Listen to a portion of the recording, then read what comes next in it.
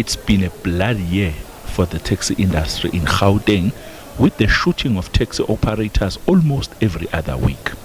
Crime expert Mashaile says some police who are invested in the taxi industry as shareholders in the business are creating more challenges when it comes to investigations and solving problems.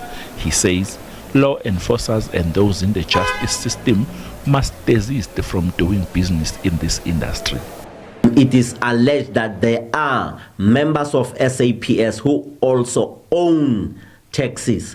And when you talk about that unit that has been established to deal with the violence, that unit might have some challenges from those who are alleged to be in the same industry, making it difficult when it comes to investigations of crimes and criminality within the industry.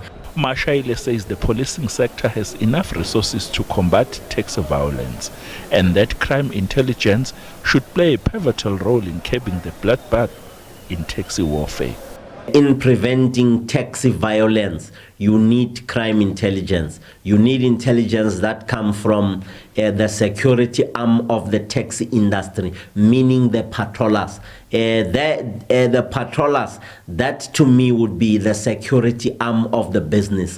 When they share information with your crime intelligence police officers or police members, it would help with regard to the resources that you have congregated.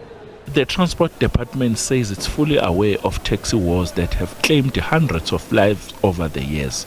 Spokesperson Colin Msibi says a meeting held last week involving transport stakeholders like Santaco was positive and will pave the way forward in helping to end the bloodbath.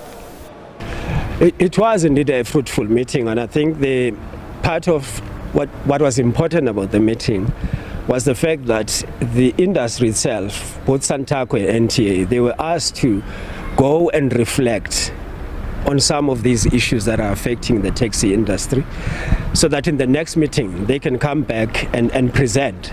In other words, they should also look at how they can regulate themselves amongst themselves without just government being the one having to intervene.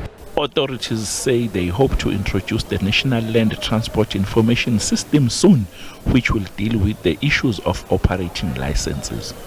National Land Transport Information System is being loaded with the operating licenses. It should be coming online quite soon. So we believe to a very large extent that system is going to assist us to deal with the issues of operating licenses.